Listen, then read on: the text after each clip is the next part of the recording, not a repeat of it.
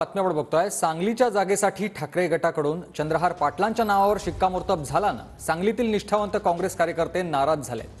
सांगली लोकसभेची जागा ठाकरे गटानं घेऊ नये, ज्येष्ठ काँग्रेस कार्यकर्ते यशवंत हप्पे यांनी ठाकरे गटाला हे आवाहन केलेलं आहे।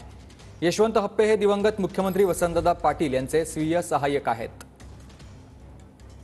सांगलीचं लोकसभेचं तिकीट शिवसेना हा पक्ष काँग्रेसकडून मागून घेतोय असं समजतंय।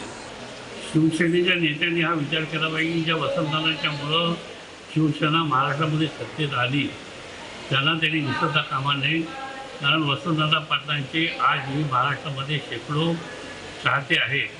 त्यांना ही गोष्ट आवडणार नाही आणि जे कोणी त्यांना त्यांच्या काळात भरून हे त्यांना काळात भरवून त्यांना ही सीट घेण्यासाठी भाग पाडत आहे, हे दादांचे राजकीय शत्रू असू शकतात।